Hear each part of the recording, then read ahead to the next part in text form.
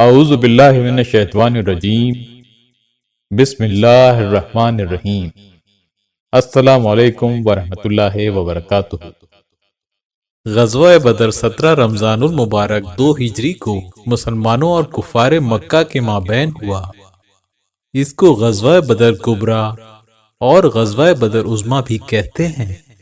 بدر ایک بستی کا نام ہے جو مدینہ منورہ سے چند میل کے فاصلے پر واقع ہے۔ یہ بہت عظیم غزوہ تھا جس کے ذریعے دین اسلام کو 4 چاند لگے۔ اس غزوے نے حق و باطل کے درمیان فرق و امتیاز کر دیا، اس لیے اس غزوے کے دن کو قرآن مجید میں یوم الفرقان کے نام سے یاد کیا ہے۔ چنانچہ سورہ انفال میں ارشاد ہوتا ہے، اور اس پر جو ہم نے اپنے محبوب بندے پر فیصلے کے دن اتارا جس دن دونوں فوجیں ملی تھیں، یعنی مسلمان مجاہدین اور کفار مکہ اس دن میدان بدر میں جمع ہوئے تھے۔ اللہ تعالیٰ نے ذلت آمیز شکست سے مشرکین مکہ کو ذلیل و خوار کیا۔ اعلان نبوت کے بعد سرور کونین صلی اللہ علیہ وآلہ وسلم کو کفار مکہ اور قریش کی طرف سے سخت مصائب و آلام کا سامنا رہا، لیکن جب بات آن حضرت صلی اللہ علیہ وآلہ وسلم کی ذات سے بڑھ کر ان مسلمانوں کی جانوں تک جا پہنچی جو اسلام میں داخل ہو رہے تھے یا ہو چکے تھے، تو مسلمانوں نے نہ چاہتے ہوئے بھی حضور صلی اللہ علیہ وآلہ وسلم کے حکم پر مدینہ منورہ کی جانب ہجرت کی۔ قریش کے سردار اور اہل مکہ آن حضور صلی اللہ علیہ وآلہ وسلم اور ان کے ساتھیوں کے قتل کے ناپاک منصوبے بنا رہے تھے تاکہ کسی بھی طرح ہادی کونین صلی اللہ علیہ وآلہ وسلم کی جانب سے پھیلنے والے اس اسلام کی روشنی کی کرن کو دبایا جا سکے۔ چنانچہ ہادی برحق حضرت محمد مصطفیٰ صلی اللہ علیہ وآلہ وسلم نے اسی اثنا میں مکہ سے مدینہ کی جانب ہجرت کی۔ ہجرت کرنے کے بعد بھی مسلمانوں کو کفار مکہ کی طرف سے سکون حاصل نہ ہو سکا۔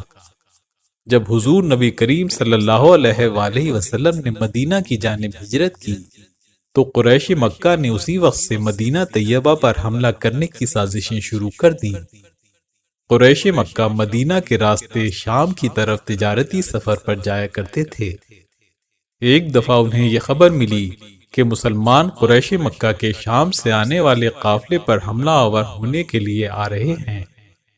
چنانچہ قریش مکہ نے مسلمانوں کو صفائے ہستی سے مٹانے کے لیے اپنے ناپاک ارادوں کے ساتھ تکبر کے نشے میں مست ہو کر مدینہ منورہ کا رخ کیا اور بدر کے مقام پر پہنچے۔ آن حضرت صلی اللہ علیہ وآلہ وسلم کو ان حالات کی جب اطلاع ہوئی تو آپ صلی اللہ علیہ وآلہ وسلم نے صحابہ کرام کو جمع کیا اور اس واقعے کا اظہار فرمایا۔ اس موقع پر حضرت ابوبکر صدیق رضی اللہ تعالیٰ عنہ نے جان نثارانہ تقریر فرمائی، لیکن نبی کریم صلی اللہ علیہ وآلہ وسلم انصار کی طرف دیکھ رہے تھے، کیونکہ انصار نے بیعت کے وقت یہ اقرار کیا تھا کہ وہ نبی کریم صلی اللہ علیہ وآلہ وسلم کی حفاظت اور دشمنان دین سے مدافعت اپنے گھروں میں کریں گے اور تلوار اس وقت اٹھائیں گے جب دشمن مدینہ منورہ پر چڑھ آئیں گے۔ حضرت انس رضی اللہ تعالیٰ عنہ سے روایت ہے کہ آخر حضرت سعد بن عبادہ رضی اللہ تعالیٰ عنہ جو کہ انصار کے رئیس تھے اٹھے اور انہوں نے عرض کی، یا رسول اللہ صلی اللہ علیہ وآلہ وسلم، قسم ہے اس ذات کی جس کے قبضہ قدرت میں میری جان ہے، اگر آپ حکم فرمائیں کہ ہم گھوڑوں کو سمندر میں ڈال دیں تو ہم ضرور سمندر میں کود پڑیں گے، اور اگر آپ حکم فرمائیں کہ ہم گھوڑوں کو برق الغماد جو کہ حبشہ کے شہروں میں سے ایک شہر ہے تک بھگا دیں تو ہم ہر طرح سے آپ کے حکم کے تابع ہیں، ہم میں سے کوئی ایک بھی حکم کی خلاف ورزی نہ کرے گا۔ اس پر حضور صلی اللہ علیہ وآلہ وسلم نے ان کے لیے دعائے خیر فرمائی۔ حضرت مقداد بن اسود رضی اللہ تعالیٰ عنہ نے بارگاہ رسالت میں عرض کی، یا رسول اللہ صلی اللہ علیہ وآلہ وسلم، ہم آپ کے حضور وہ بات نہیں کہیں گے جو موسیٰ علیہ السلام کی قوم نے کہی تھی کہ آپ اور آپ کا پروردگار دونوں جائیں اور لڑیں، ہم تو یہیں بیٹھے ہیں، بلکہ ہم آپ کے دائیں طرف، آپ کے بائیں طرف، آپ کے آگے اور پیچھے دشمن کے ساتھ لڑیں گے۔ حضرت عبداللہ بن مسعود رضی اللہ تعالیٰ عنہ جو اس حدیث پاک کے راوی ہیں فرماتے ہیں کہ حضور سرور دو عالم صلی اللہ علیہ وآلہ وسلم نے جب صحابہ کرام رضی اللہ تعالیٰ عنہ کے اس جذبے اور جوش ایمانی کو دیکھا تو آپ صلی اللہ علیہ وآلہ وسلم کا چہرہ انور فرط مسرت سے دمکنے لگا۔ پھر آپ صلی اللہ علیہ وآلہ وسلم نے اپنا چہرہ مبارک آسمان کی طرف اٹھا کر ان سب کے لیے بارگاہ الہی میں دعائے خیر فرمائی۔ اس غزوے کا معرکہ میدان بدر میں جمعۃ المبارک کے دن ہوا۔ اس غزوے میں مسلمانوں کی تعداد 313 تھی، جن میں 77 مہاجرین تھے اور 236 انصار تھے۔ اسلحہ، خرد و نوش، سواریاں بہت کم تھیں، جبکہ مد مقابل کفار سر سے لے کر پاؤں تک اسلحہ سے لیس تھے۔ ان کی سواریاں بھی کثیر تھیں اور لاتعداد اونٹ اشیائے خرد و نوش سے لدے ہوئے تھے۔ ان 313 میں سے 8 صحابہ کرام وہ تھے جو کسی عذر کی بنا پر میدان بدر میں حاضر نہ تھے، مگر اموال غنیمت میں ان کا حصہ عطا فرمایا گیا۔ ان میں سے 3 مہاجرین تھے۔ ایک حضرت عثمان بن عفان رضی اللہ تعالیٰ عنہ تھے، جو حضور صلی اللہ علیہ وآلہ وسلم کے حکم سے اپنی زوجہ محترمہ حضرت بی بی رقیہ رضی اللہ تعالیٰ عنہ کی علالت کی وجہ سے تیمارداری کی غرض سے رکے تھے۔ دوسرے حضرت طلحہ رضی اللہ تعالیٰ عنہ اور حضرت سعید بن زید رضی اللہ تعالیٰ عنہ تھے، جو مشرکین مکہ کے قافلے کی جستجو میں گئے تھے۔ ان کے علاوہ 5 انصار تھے۔ اس غزوے میں مسلمانوں کے پاس صرف 2 گھوڑے، 70 اونٹ، 6 زرہیں اور 8 شمشیریں تھیں۔ ایک ایک اونٹ پر 3 مسلمان سواری کرتے تھے۔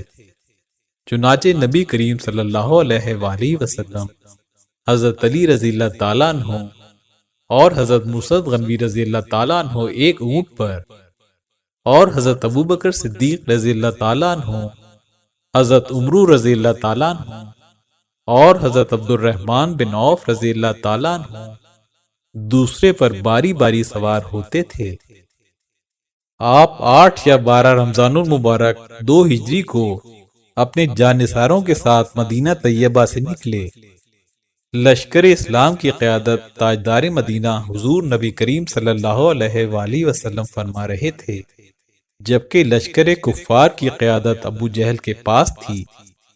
ایک اسلامی پرچم حضرت علی مرتضیٰ رضی اللہ تعالیٰ عنہ کے ہاتھ میں تھا۔ جب آپ صلی اللہ علیہ وآلہ وسلم اپنے مختصر سے لشکر کو لے کر مدینہ طیبہ سے تھوڑی دور پہنچے تو آپ صلی اللہ علیہ وآلہ وسلم نے افواج اسلام کا جائزہ لیا، اور جو اس قافلے میں کم سن اور نوعمر تھے انہیں واپس فرما دیا۔ قافلے میں حضرت عمیر بن ابی وقاص ایک کم سن سپاہی بھی شامل تھے۔ انہیں جب واپسی کے لیے کہا گیا تو وہ رو پڑے۔ حضور صلی اللہ علیہ وآلہ وسلم نے ان کا یہ جذبہ جہاد اور شوق شہادت دیکھ کر انہیں شامل جہاد رہنے کی اجازت عطا فرما دی۔ چلتے چلتے یہ عظیم الشان لشکر 16 رمضان المبارک بروز جمعرات 2 ہجری کو میدان بدر پہنچ گیا۔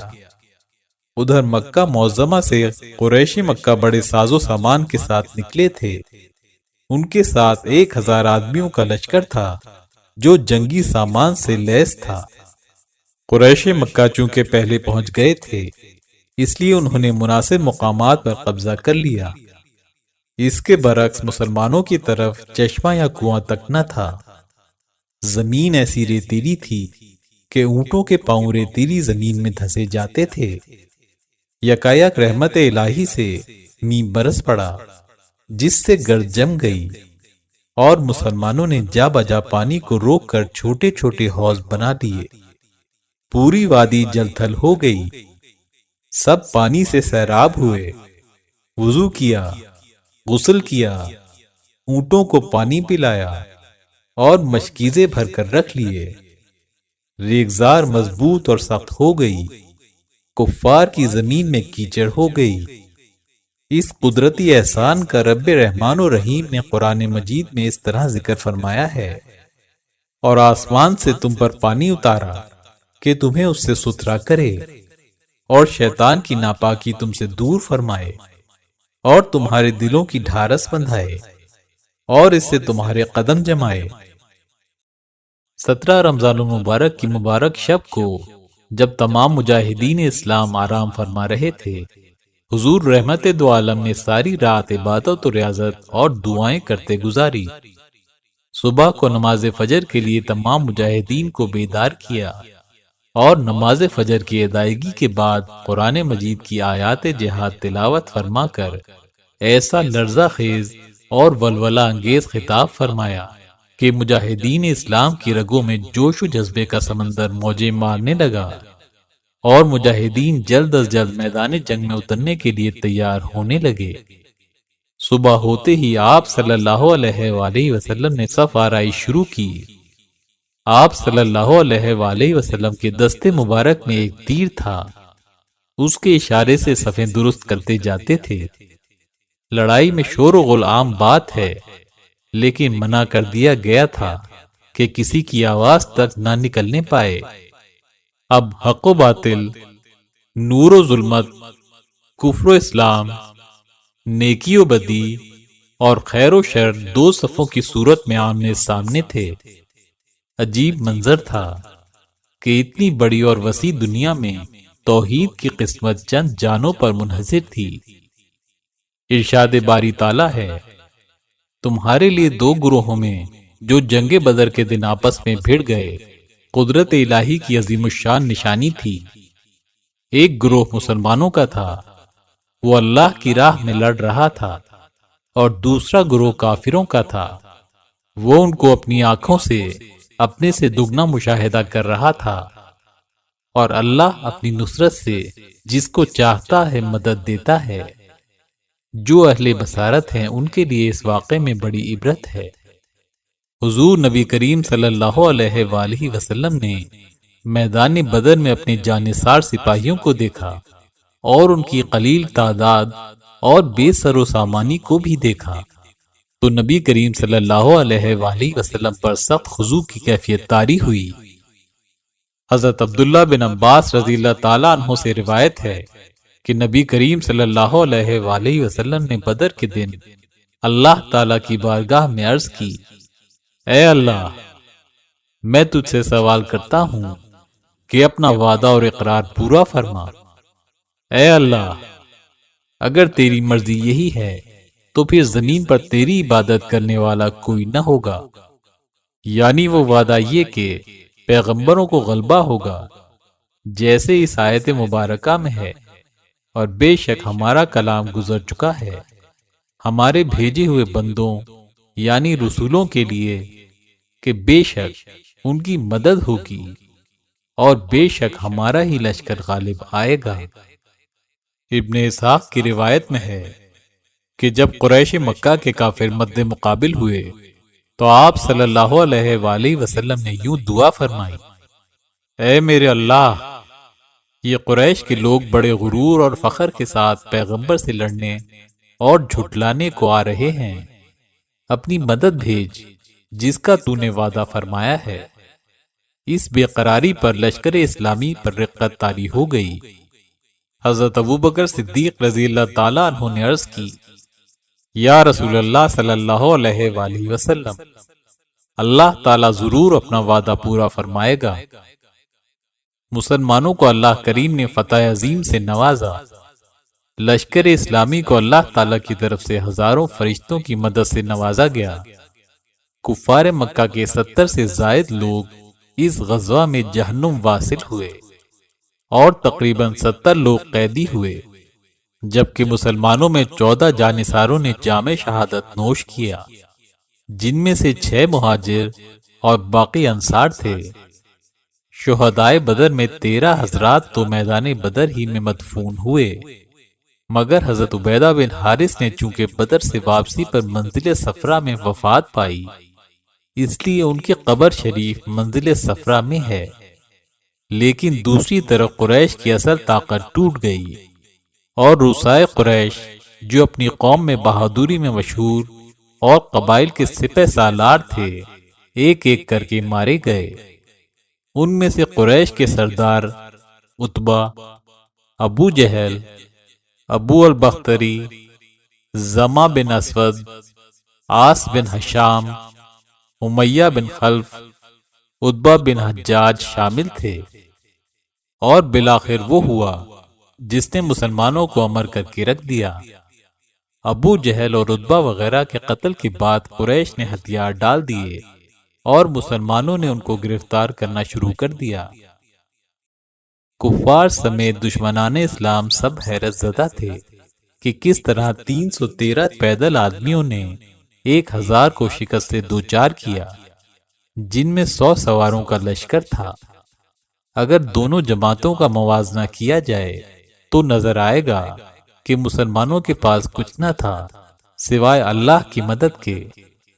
قریش کی تعداد 1000 تھی، مسلمان صرف 313 تھے۔ قریش میں 100 سوار تھے، مسلمانوں کی فوج میں صرف 2 گھوڑے تھے۔ مسلمانوں میں بہت کم سپاہی ہتھیاروں سے لیس تھے، جبکہ ادھر قریش کا ہر سپاہی لوہے میں غرق تھا۔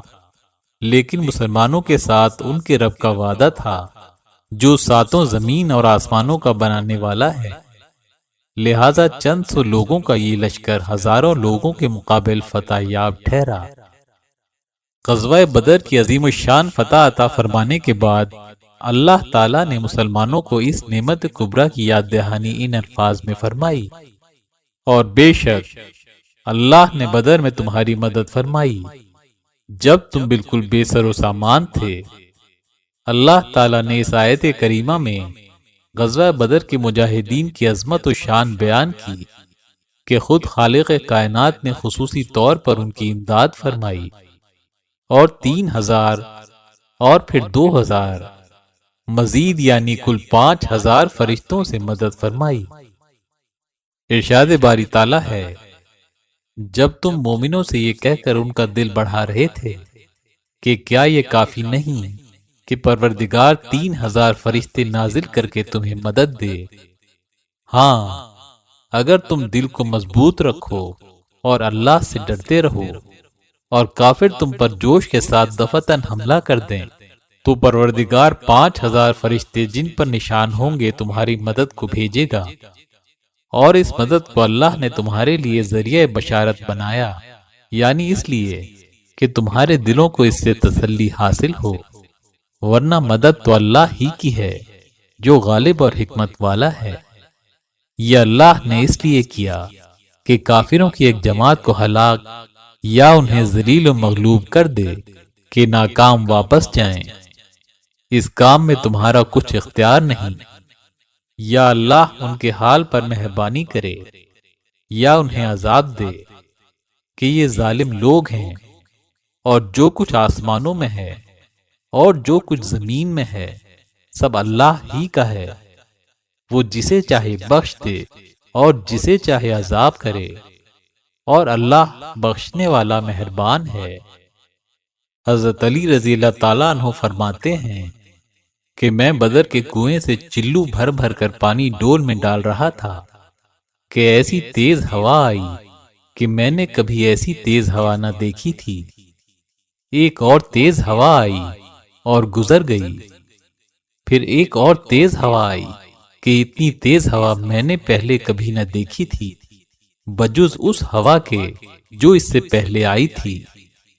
پہلی ہوا حضرت جبرائیل علیہ السلام تھے جو 1000 فرشتوں کے ساتھ رسول اللہ صلی اللہ علیہ وآلہ وسلم کے ساتھ رہنے کے لیے نازل ہوئے تھے، اور دوسری ہوا حضرت میکائیل علیہ السلام تھے جو 1000 فرشتوں کے ساتھ نازل ہوئے تھے۔ تیسری ہوا حضرت اسرافیل علیہ السلام تھے جو 1000 فرشتوں کے ساتھ نازل ہوئے تھے۔ دائیں طرف حضرت ابو بکر صدیق رضی اللہ تعالیٰ عنہ تھے اور ان کے ساتھ حضرت میکائیل علیہ السلام تھے۔ بائیں طرف حضرت علی رضی اللہ تعالیٰ عنہ تھے اور حضرت اسرافیل علیہ السلام ان کے ہمراہ تھے۔ حضرت سعید بن منصور رضی اللہ تعالیٰ عنہ کی روایت میں ہے کہ حضرت جبرائیل علیہ السلام سرخ گھوڑے پر سوار تھے جس کی پیشانی کے بال گوندھے ہوئے تھے۔